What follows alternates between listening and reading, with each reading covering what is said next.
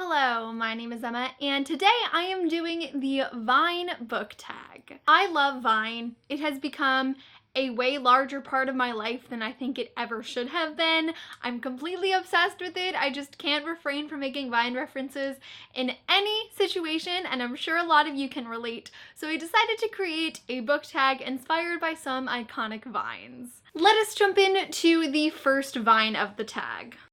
Hey, I want to be famous. I want to be famous is for a book that is underrated but you believe deserves more hype. For that one, I am going with Truly Devious by Maureen Johnson. I read this book earlier this year and I just completely fell in love with it. Truly Devious takes place at this sort of unconventional boarding school in Vermont that was created for students to learn whatever subjects they are interested in. Back in 1936, the founder of this school's wife and daughter were kidnapped and never found, but there have been some clues left by this person who refers to themselves as Truly Devious. So in the present day, we follow a girl named Stevie who is going to Allingham Academy to study true crime, and her goal of being at the school is to solve the cold case that happened so many years ago. So as Stevie is investigating this case, we also have some scenes from 1936 at the time of the kidnappings, and it seems that Truly Devious has returned to Allingham Academy and Stevie is hellbent on figuring out what has happened. I just feel like no one talks about Truly Devious, and I think it's absolutely fantastic. I know sometimes with young adult thrillers, they can be like not as sophisticated and as well executed as some of the more adult psychological thrillers that are very acclaimed, but I think Truly Devious is genuinely one of the best YA thrillers out there. I'm extremely excited that this is a trilogy. I really cannot wait for book 2. Like, before I even finished Truly Devious, I was just hyped to read more of the story, so I know this is going to be one of my new favorite trilogies, and I definitely think it deserves more hype. Vine number 2.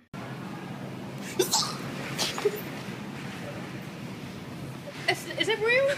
This is for a plot twist that caught you off guard, and I have to go with Scythe by Neal Shusterman. I actually have full spoiler-filled reviews for both Scythe and Thunderhead, so I will link those down below if you want to gush about this amazing book with me, because wow, is this book a roller coaster. Scythe takes place in this world where basically every negative aspect of life has been eliminated, even death. So we have a group of people called Scythes who kill off people to keep the population under control. So our two main characters, Citra and Rowan, have unwillingly become the apprentices to a Scythe, and they are basically competing to either join Scythedom or lose their life. Scythe is full of plot twists, which I love as a reader. I'm like, give me all the shocking moments, play with my emotions, make me go out of my head. That's what I love to read, and Scythe is just perfect for me in that respect. I don't think I've ever read a book that had so many plot twists that successfully convinced me that that was the truth, just to have it turn around as soon as I believed it and had accepted to move forward in the story. It was just, like I said, such a roller coaster. It was a really, really amazing story, and it has definitely become one of my all-time favorite books. Let's move on to Vine number 3. Give it to me, I'm I ain't get no sleep 'cause of y'all. Y'all not gonna get no sleep 'cause of me. I didn't get no sleep 'cause y'all is for a book that you lost sleep over. Now, when I first rediscovered my love for reading, I definitely had so many sleepless nights because I was so invested in a book. But as I become an adult and I have more responsibilities, I don't read before bed a lot, and it just stops me from having those nights of not being able to sleep until you finish a book. But I did recently have an experience where I refused to stop reading until I finished, and that was The Way I Used to Be by Amber Smith. The Way I Used to Be is a really emotionally jarring book about a girl named Eden who is raped by her brother's best friend in her own bedroom, and the story follows her throughout her 4 years of high school as she goes through a lot of different experiences and grows as a person with this traumatic experience being a part of her and being her deepest held secret. I had listened to the audiobook of The Way I Used to Be, and while like the very first few scenes of the book really grab you, I wasn't like absolutely loving it in the middle. real. But for some reason, maybe like the last 5 hours of the audiobook were just like so gripping, I could not put it down. I'm the type of person where I need to multitask while I'm listening to an audiobook. I need to be doing something with my hands, I need to be driving, walking, working out. I'm not the type of person to just lay down and close my eyes and listen to an audiobook. But that's how I finished this book. For the last like 3 hours of this audiobook, I just had it playing out of my phone. I was completely in the dark. I was laying on top of my sheets, just gripping my chest, bawling my eyes out to the point where I could not breathe. It was just so encapsulating. Like, I literally felt like my life could not go on without finishing this story. And I think that alone just shows how powerful this book is. It was a very unique reading experience for me, and for that reason, I don't think I will ever forget about the time I had reading this book, but it's become one of my new favorite novels of all time, and I just loved it so much, so it was totally worth losing sleep over. By number 4. So no head? So no head is for a book that made you pissed off. Whether that be like you're angry at some of the events in the story, or if you're angry you wasted your time on it. Now, there aren't a ton of books where I feel like my overarching emotion on this story is anger, but there's one book that has brought some really angry memories back in considering it, and that is Before the Devil Breaks You by Libba Bray, which is book 3 in the Diviner series.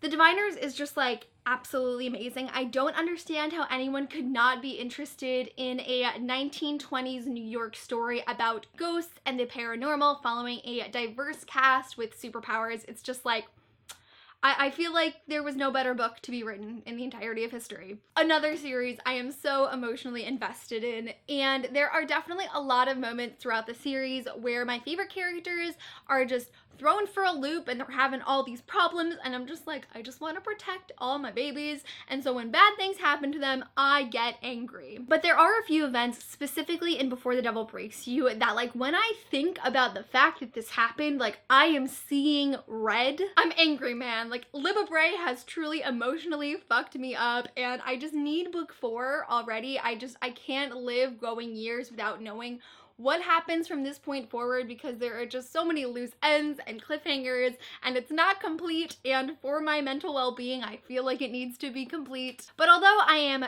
super pissed at Before the Devil Breaks You, this series itself is just like so amazing and wonderful, and I get the best feelings when I think about it.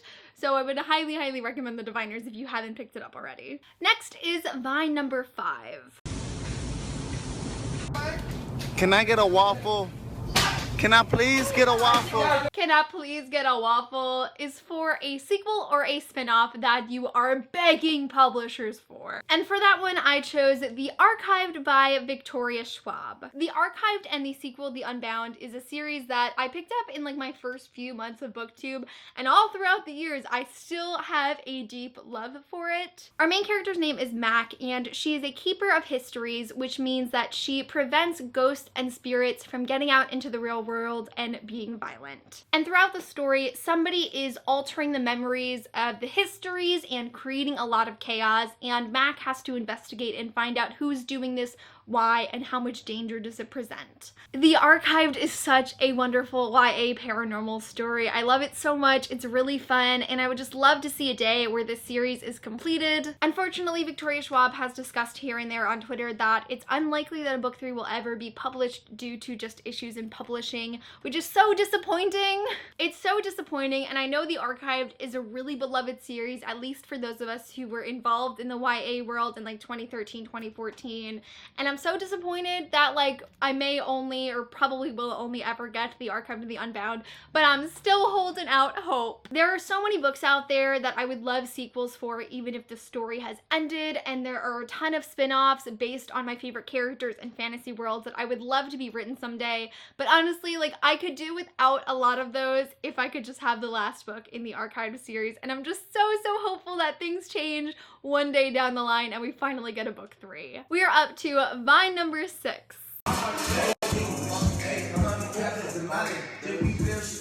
Wow. Wow. is for a book that you were unimpressed by. And for that one, I'm going to go with Stalking Jack the Ripper by Carrie Maniscalco. I've expressed on my channel that this book series is not my favorite. I had such high hopes for books 1 and 2, and I'm still holding out hope for book 3 because I really, really want to love it.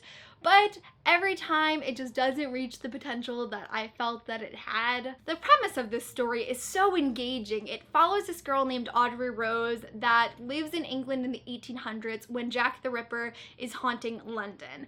And so Audrey is really interested in forensic, and she's actually an apprentice to her uncle who deals with dead bodies.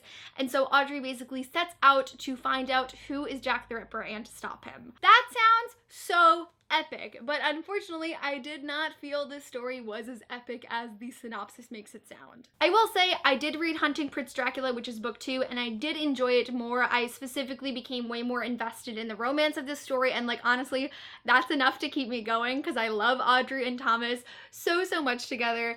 But just generally like the plot and the mystery and like the writing of the story just like isn't my favorite, and I feel like there are a lot of better executed books out there. I want to love it so bad, and I think that's why like I'm like very disappointed with it, is because I went into it with such high hopes because it just seems exactly like the types of books that I would love to read, and it just wasn't the best. Like I said, I am definitely planning on reading book 3, and like I'm so hopeful that this is the one that really sells me on this series and blows me away because I want to love it so bad, y'all. Let's get on to Vine number 7. What the fuck is up, Kyle? No, what did you say, dude? What the fuck, dude? Step the fuck up, Kyle. What the fuck is up, Kyle is for a book character you want to fight. And for that one, I'm going to go with The Darkling from the Grisha trilogy by Leigh Bardugo. I read Shadow and Bone like a million years ago, and I only just picked up the last 2 books in this series this year. So over that time, I really grew as a reader and my reading taste changed. But the one thing that did not change is my hatred for the Darkling. In the beginning, he was like kind of attractive as a character, and I was a little interested in where his character would go. But by the end of it, I was like, nah, this isn't for me. And then with books 2 and 3, I'm just like, nah, not for me. I respect anyone's decision to ship any 2 characters they would like, but I just don't understand how people can romanticize the relationship between the Darkling and Alina. He's so manipulative and abusive and terrible, and he's the worst. He is the worst, and I want to deck him in the face. I hate the Darkling. This has been a PSA. Thank you for coming to my TED Talk. And finally, we get to Vine number 8.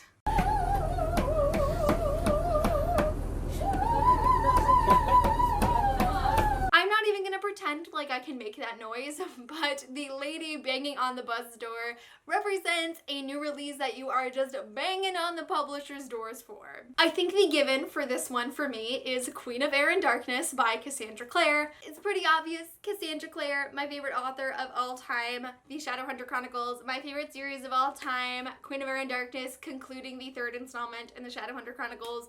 I'm pretty hyped. I'm so excited for Queen of Air and Darkness. My heart is going to shatter into a million little pieces, and the masochist in me is going to love every second. It's gonna be amazing. We're gonna have things that are answered, but we're also gonna have so many things left open-ended that will eventually be addressed in the Wicked Powers.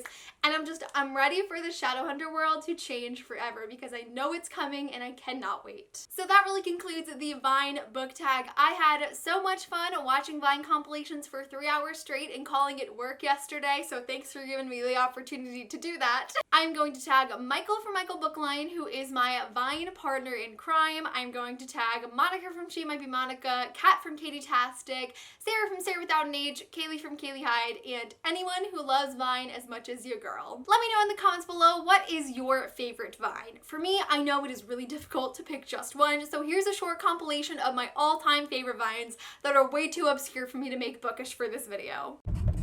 Road work ahead? Yeah, I sure hope it does. There is only one thing worse than a rapist. Boom. A child. No. Cam and Colin, run in here and come get y'all juice. Shit!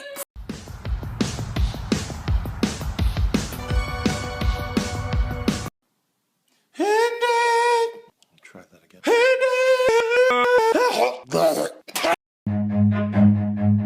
Run.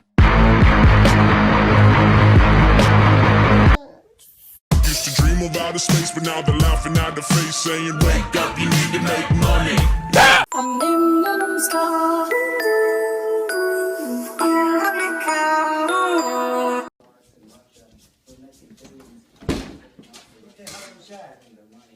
Who am I? Let's go to the beach! Beach!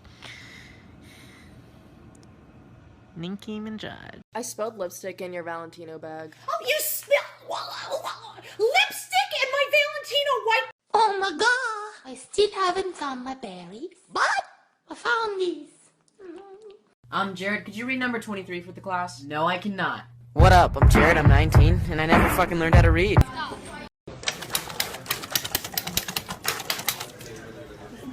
Fuck you. And they were roommates. Oh my god, they were roommates. That is it for this video. Thank you guys so much for watching, and I will see you soon for a new one. Bye!